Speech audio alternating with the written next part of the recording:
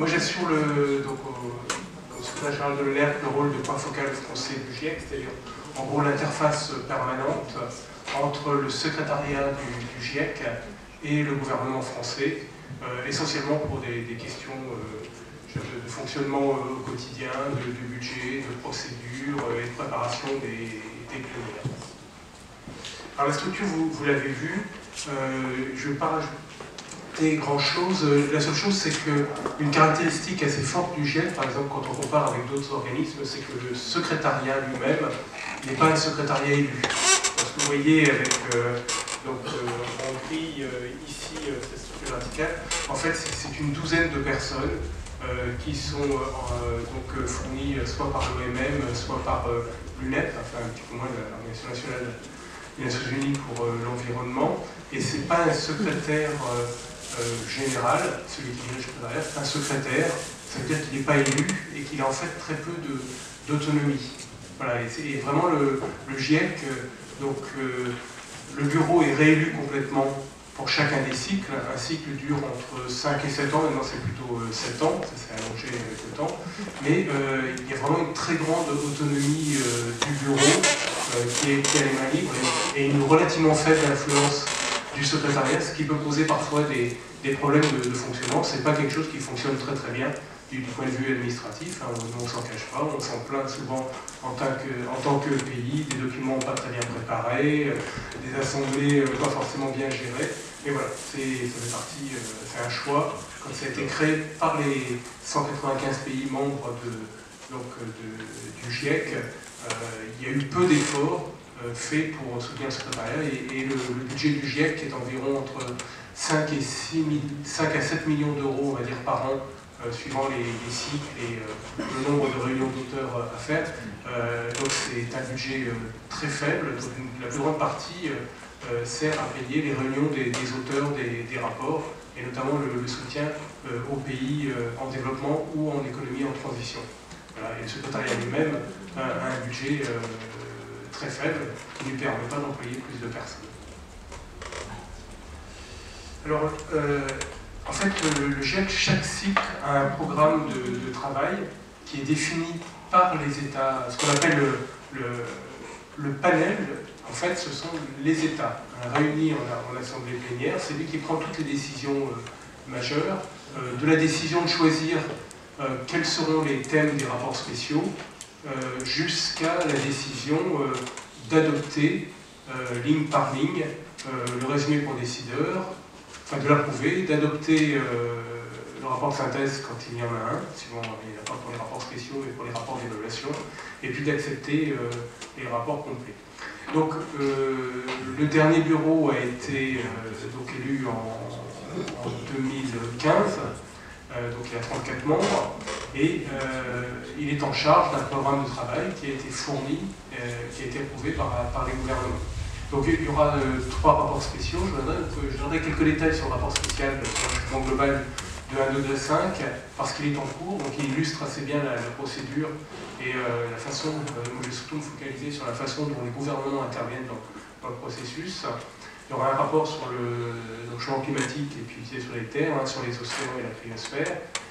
Il y a un raffinement du guide méthodologique sur les facteurs d'émission qui est en cours, qui est très important, parce que comme je l'ai dit précédemment, c'est ce qui sert au rapportage et c'est ça qui va permettre de faire la vérification des progrès que font collectivement les États.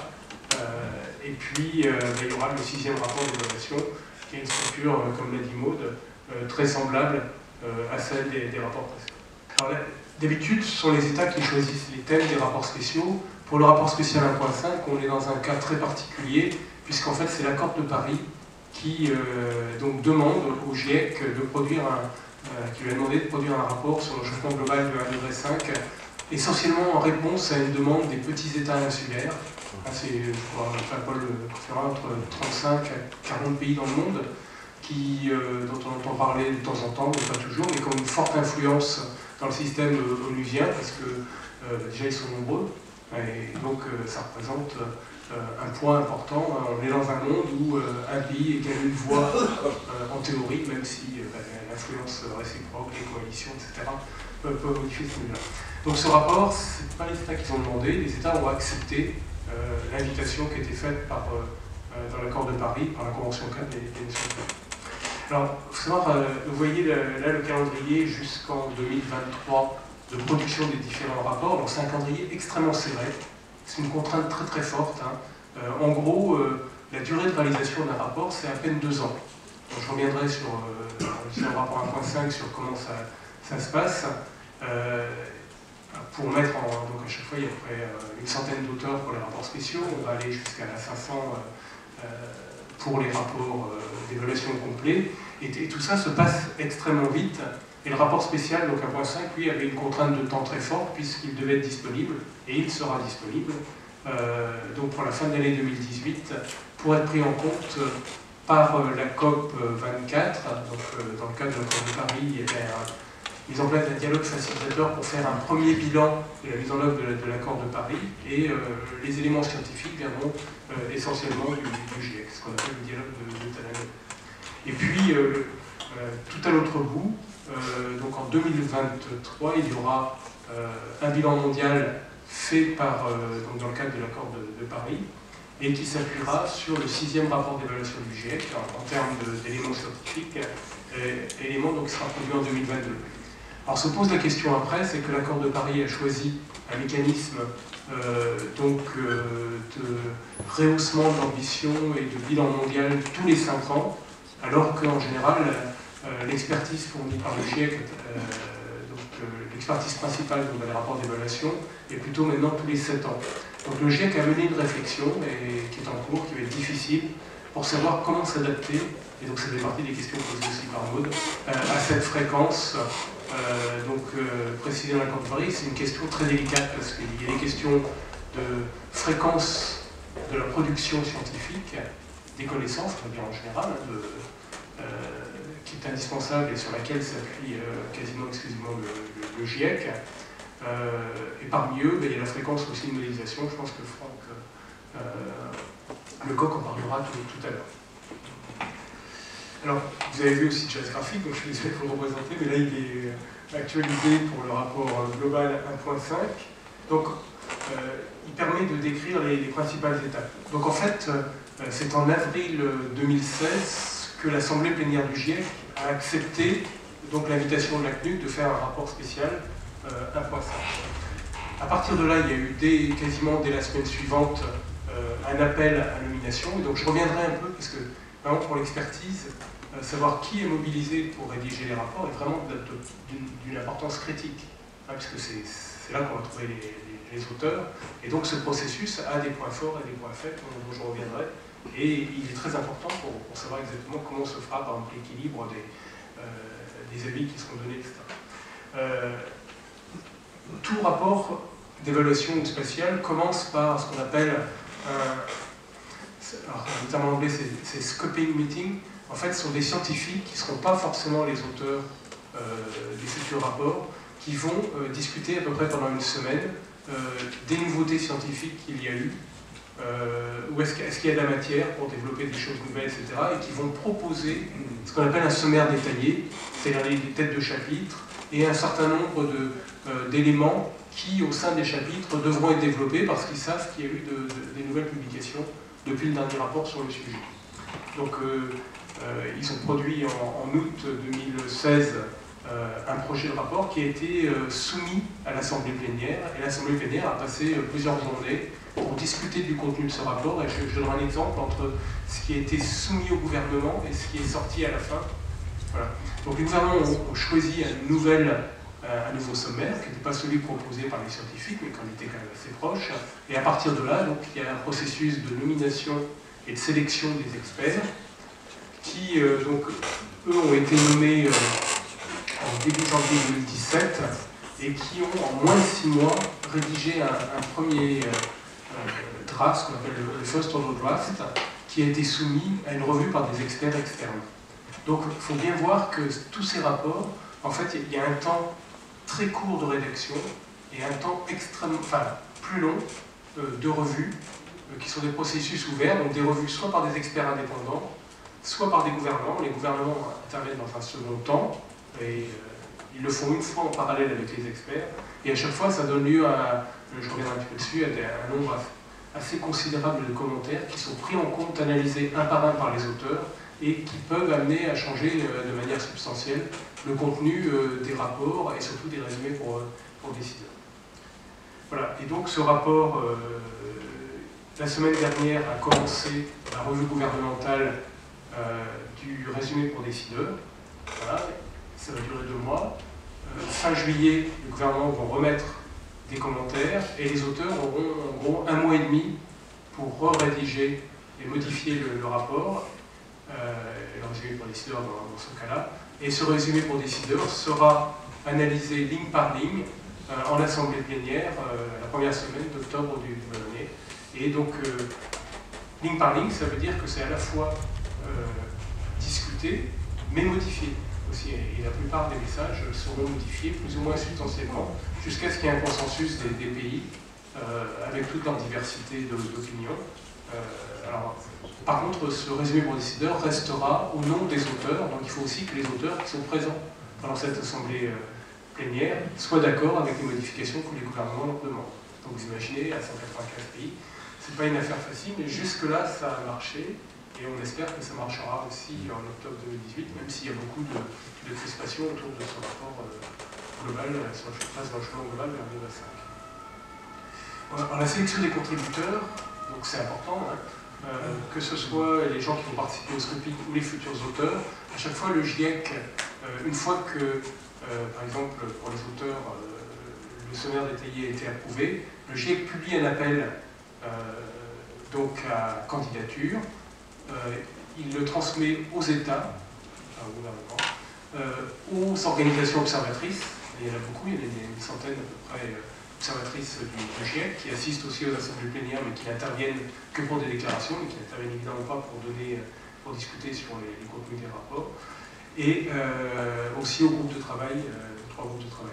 Et les États sont remontés, donc assurent la publicité autour de ces appels, et recueillent des contributions, les filtres plus ou moins dans les États, donc côté français en général, 95 à 100% suivant les cas des nominations qui nous sont, enfin des candidatures qui nous sont exposées sont retransmises au GIEC et on ne supprime que celles de scientifiques qui n'auraient strictement, enfin scientifiques ou d'individus, qui n'auraient aucune publication dans les domaines qui sont concernés. C'est à peu près le seul critère qu'on utilise et on essaie de pousser le plus possible en laissant après le GIEC choisi.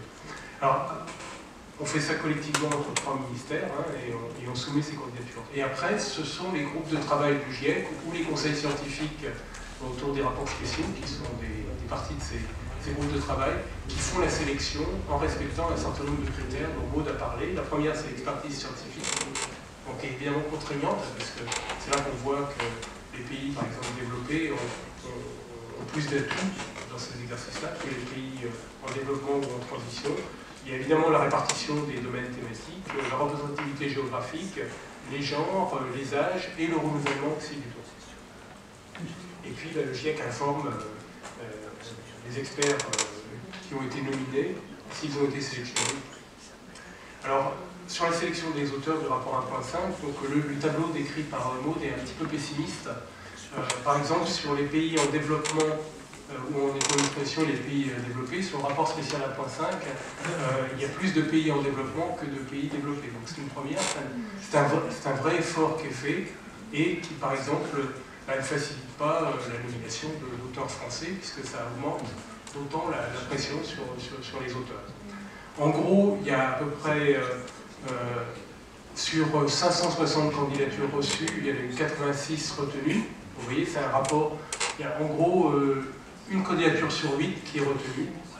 Donc c'est assez sélectif, mais pas tant que ça. Hein, pour les scientifiques qui soumettent des projets de recherche, parfois ça peut être bien pire que ça. Donc le ticket d'entrée n'est pas si élevé que ça. Le ratio homme-femme a progressé continuellement, et loin d'être parfait, mais c'est aussi une volonté. Donc les bureaux des groupes de travail essaient de changer ça. Il y a à peu près, pour le rapport 1.5, il y a un quart de nouveaux experts qui ont été sélectionnés. Voilà, donc c'est-à-dire 3 quarts qui avaient déjà contribué à des rapports précédents. Et puis vous voyez la répartition des pays qui est beaucoup plus équilibrée que ce qu'elle a été dans le passé, et ça c'est une vraie volonté. Alors, côté français, on n'est pas toujours très satisfait de nos résultats, et on constate, malgré les moyens d'intervention que l'on fait pour la publication des appels, qu'on n'a pas forcément, alors il y a des très bons chercheurs qui candidatent, mais on n'a pas forcément un grand nombre de très bons chercheurs français qui décident de soumettre leur candidature parce que c'est un travail considérable, très contraignant sur le temps. Enfin, comme je vous l'ai dit, les dates limites sont à respecter au jour près, hein, y compris pour les revues. Voilà. Et donc pour terminer, alors deux choses rapides. Sur ce que les gouvernements peuvent faire donc en matière par exemple de sommaire détaillé, là vous avez à gauche, pour vous, à gauche, les 6 chapitres qui avaient été proposés pour le rapport 1.5 soumis à l'Assemblée plénière, et ça s'est terminé par 5 chapitres, en grande partie parce que les États-Unis, c'était avant l'élection de président Trump, ils voulaient déjà réduire assez sensiblement la part consacrée aux sciences économiques et sociales. Le GIEC, on a tenu à sauvegarder quand même une part importante des sciences économiques et sociales qui me paraissent absolument critiques, notamment pour pouvoir accélérer les réductions d'émissions de gaz à effet de serre à travers le comportement, à travers le changement du mode de vie, etc. Et les sciences sociales, la prise de décision aussi, comme on l'a fait, nous paraissent de la plus grande importance pour ces choses. Alors, le processus de revue, comme j'ai dit, est très important.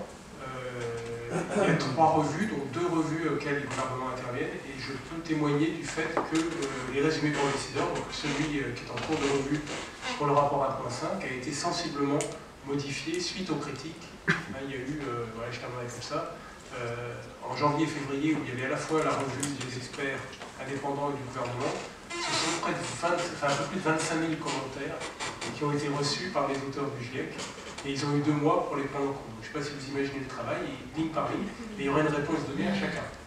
Voilà, et ça s'est traduit, on peut dire finalement avec 25 000, entre ceux qui disent de changer et ceux qui disent de ne pas changer, il n'y a rien qui se passera, et en fait, nous on a remarqué des changements profonds, et notamment d'amélioration, de simplification des messages, notamment pour rendre le résumé pour les décideurs compréhensible du plus grand nombre de décideurs possible, ce qui n'était pas du tout le cas du premier. Voilà, désolé un peu de la rapidité, mais...